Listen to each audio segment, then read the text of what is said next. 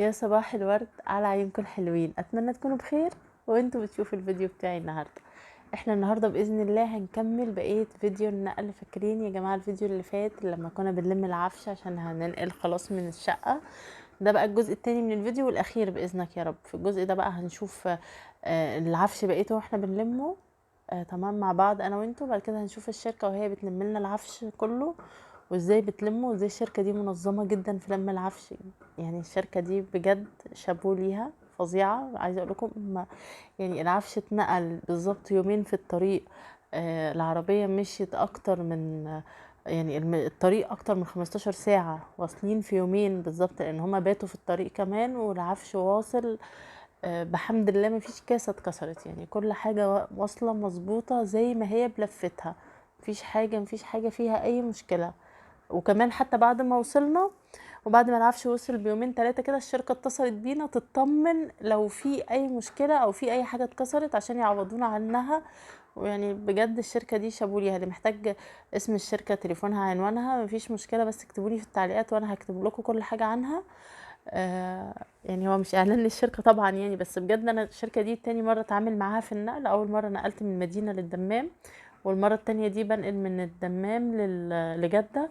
ففي المرتين صراحة يعني كل حاجة واصلة مظبوطة. انا بكلمكم دلوقتي بعد ما العفش وصل، يعني الفيديو دوت بعد ما انا يعني قعدت في جدة خلاص. فكل حاجة واصلة مظبوطة ما شاء الله، يعني تحفة. اللي محتاج بس يتواصل معايا يقول لي الشركة ليها فروع في كل المملكة، في اي مكان انت في المملكة الشركة بتنقل وتوصل منه ليه، مفيش اي مشكلة يعني. انا بس حبيت ما انكرش فضل الشركة لان انا مبسوطة جدا ان الحاجة وصلت سليمة، لاني انا بحب حاجتي وبخاف عليها جدا، فدي اكتر حاجة مفرحاني. بصوا بقى عشان نبدأ بقى الفيديو بتاعنا كده بإذن الله وبعونه، يعني إن شاء الله يا رب. متنسيش الاشتراك في القناة لو أول مرة تشوفيني، واللايك الحلو بتاعك والكومنت الحلو اللي هيدعمني عشان أكمل معاكي بإذن الله. ويلا بينا بقى ندخل نشوف احنا وصلنا لفين. آخر مرة في الفيديو اللي فات كنا بنلم كرتونة ايكيا، فاكرين؟ أو ايكيا زي ما بتحبوا تقولوا يعني. فأنا دلوقتي لسه الكرتونة متقفلتش، بنجمع بقيتها. كل الحاجات اللي انتوا شايفينها ديت اي حاجه خاصه بايكيا انا بحطها في الكرتونه دي، زي ما قلت لكم قبل كده، عشان انا يعني عارفه دي هتحط فين ودي فين ودي فين. فانا خلاص عرفت ان دي الكرتونه بتاعتها ودي حاجتها، فانا حطيتها كلها فيها.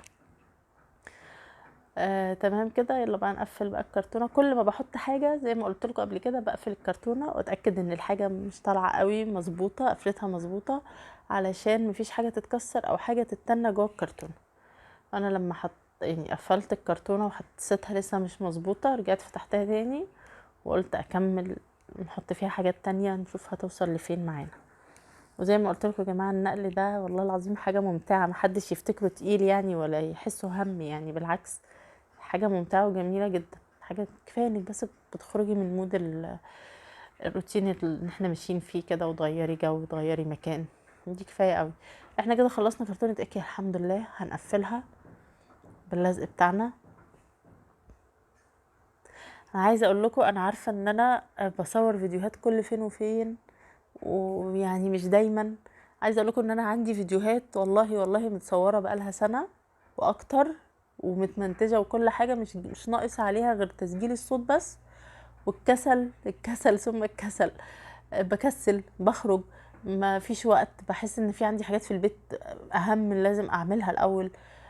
فالفيديوهات والحاجات دي عندي بقالها كتير، بس هو الكسل بس مش اكتر يعني. بعدين اليوتيوب انا واخداه مزاج، حسب مزاجي حسب ما بنزل. حسيت ان انا مزاجي حلو بنزل، حسيت ان انا ماليش نفس ما بنزلش. اسفه.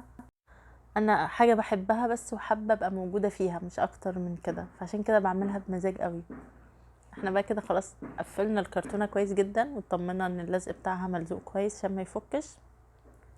هبدا اجيب الستيكر ده او مش عارفه هو بيقولوا عليه ايه، الابيض دوت، الزقه. ايوه هو ده. واكتب عليه اسم الكرتونه او الكرتونه دي فيها ايه عشان ما اتلخبطش لما اروح. طبعا دي كرتونه اكيا، خلاص انا عرفت ايه اللي فيها وهتروح فين وتيجي منين. نبدا بقى. دي الكرتونه، فاكرين الكرتونه دي يا جماعه اللي قلت لكم بتاعت اي حاجه؟ هي اتملت اهي، اتملت وزادت وبقى فيها حاجات كتير. بصوا كيس التلاجة اللي كنت بحكي لكم عنها ده ورد مجفف عندي، الورد ده لسه شغال ما بصي ما خلصتش ريحته يعني، فانا حطيته في الكيس وقفلته كويس عشان ما يتبهدلش لحد ما اوصل ان شاء الله هناك واحطه في الفازة بتاعته تاني. كده تمام بقى، حطيناها. دي الكرتونه بتاعت كل حاجه بلم فيها، اي حاجه كده اي حاجه كده اهوت، اي حاجه هناك بلمها واحطها فيها. اي حاجه نسيت احطها في اي كراتين تانية برضو بحطها فيها. انا لما جيت قفلتها حسيتها مش مقفوله كويس برضو بظبطها تاني اهوت. انا محتاجه اي حد تعجبه القناه يعني ما ينساش اشتراك ولايك عشان اكمل معاكم باذن الله. يعني الاشتراك واللايك ده مش اكتر من انكم بس بتشجعوني اني اكمل، بتفرحوني اني اكمل وانا عايزه اكمل. كده خلاص الكرتونه خلصت وقفلناها ولزقناها، او هنكتب عليها برضو نفس الكلام كده يعني تقريبا كده خلاص. اخر حاجات يعني اخر كراتين خلاص. انا يعني النقل بتاعي دوت كان فيه شويه حاجات ما قدرتش اكملها سبتها للشركه، هنشوف الشركه وهي بتلفها مع بعض. كده خلاص انا قفلتها وبرضو هكتب عليها اسمها. انا خليت الكرتون دي كتبت عليها كلمه مكتبه على اساس ان دي الحاجات اللي موجوده في المكتبه اللي في الصاله، موجوده في المكتبه اللي في المجلس كده يعني. احنا بقى هنا فتحنا كرتونه جديده هنحط فيها حاجات جديده. ايوه الكرتونه دي بقى يا جماعه بصوا، يعني مش عايزه اقول لكم دي كانت كرتونه احلامي. انا كان نفسي في كاميرا عشان التصوير والحمد لله يا رب جبتها. اهي الكاميرا اهي انتوا شايفينها بس لسه ما استعملتهاش، هصورها لكم مخصوص في فيديو لوحدها عشان الكاميرا دي كانت حلم من احلام حياتي اني اجيبها، والحمد لله ربنا قدرني وجبتها. والله تعبت جدا على ما جبتها، مش عايزه اقول لكم ازاي، لان انا كنت مصره اني اجيبها من فلوسي انا الخاصه مش من فلوس جوزي. انا جوزي الحمد لله يا رب يعني لو كده كان هيجيبها لي، مش مفيش اي اعتراض يعني. بس انا كان نفسي احس ان انا حلمت بحاجه وحققتها، والحمد لله دي حصلت في الكاميرا. فانا جبتها من فلوسي، ودي اكتر حاجه مفرحاني ان انا حسيت ان انا حلمت وحققت حلمي وفضلت وراه. حتى لو هي حاجه بسيطه ممكن بالنسبه لناس كتير، بس هي بالنسبه لي انا حاجه كبيره. اكلمكم عنها بقى في فيديو لوحدها. دلوقتي انا وده الستاند بتاع الكاميرا الازرق في ابيض لتحت، ده ستاند الكاميرا كمان يعني، انا جبت الكاميرا والستاند. بصوا بقى انا الكرتونه ديت بالنسبه لي انا دي كرتونتي بقى، مش كرتونه حد تاني، دي كرتونه الكاميرا زي ما قلت لكم. كرتونه فناجيل القهوه بتاعتي. انا بعشق القهوه، بموت في القهوه. كل الدقيق اللي انتوا شايفينه ده بيترص، ده طقم فناجيل وده طقم فناجيل وده كمان طقم فناجيل. كل دي فناجيل. انا بجيب الفناجيل بشتري الطقم يعني اشرب فيها شويه، بعدين احس ان انا خلاص عايزه اغير فبضطر اركنهم زي ما انتم شايفين كده في كراتينهم واروح اجيب جديد. فبقى المطبخ عندي مفيهوش مساحه، ده طقم فناجيل تاني برضو مفيهوش مساحه لاي فناجيل قهوه تانية، مفيهوش مساحه اني احط. فبقيت ما بشيلش الكراتين عشان افضل احطهم فيها ويفضلوا يعني في مكان امان محتفظين بنفسهم يعني. وانا القهوه عندي مزاج، لازم اشربها في فنجان شكله حلو. لو الفنجان مش حلو او انا مش حابه الفنجان معرفش ما تكيفش بصراحه من القهوه. طبعا القهوه التركي. كده انا رصيت بقى الكرتونه دي، هتلاقوا كل اللي فيها حاجات كده يعني، كراتين، صينيه زي الصينيه اللي انتوا شايفينها دي، صينيه شاي دي كنت جايباها من دبي. المهم يعني هتلاقوا كل الكرتونه دي الحاجات دي اللي هي الكراتين دي والحاجات دي انا برضو قفلتها لوحدها وسميتها فنجال كده عشان ابقى عارفه هي بتاعت ايه، وحطيتهم في مكان كله لوحده برضو وكده يعني. نحاول بقى نقفلها ونشوف هتقفل معانا ولا لا. دي كرتونتي حبيبتي عشان فيها فناجيل قهوتي. دي بقى ايه، كانت هديه جايباها لبنت صاحبتي بس للاسف ما نزلتش مصر فما عرفتش اديهم لها. بس ان شاء الله ربنا يسهل بقى منزل. جت الكورونا وقعدتنا فما عرفتش انزل موديها لحاجه. ان شاء الله لما انزل السنه الجايه باذن الله تكون بنوته كبرت واجيب لها حاجه احلى ان شاء الله. كده احنا هنقفل الكرتونه على كده، كده حلو تمام. نقفلها بقى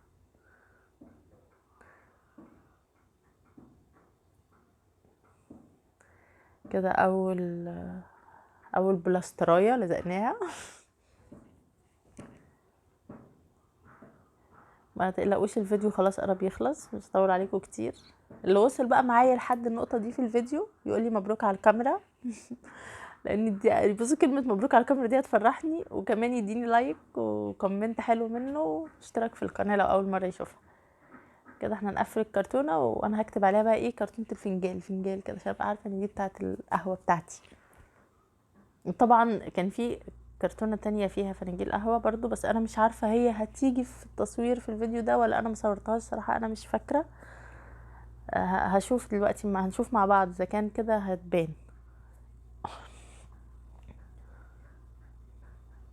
كده خلاص احنا قفلنا الكرتونه كده تقفيله محترمه، ضغطنا عليها كويس، اتاكدنا انها لازقه مظبوط عشان ما تفكش مننا.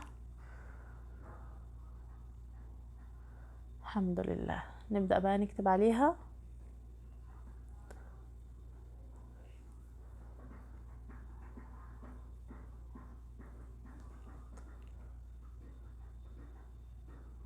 نكتب عليها نكتب عليها.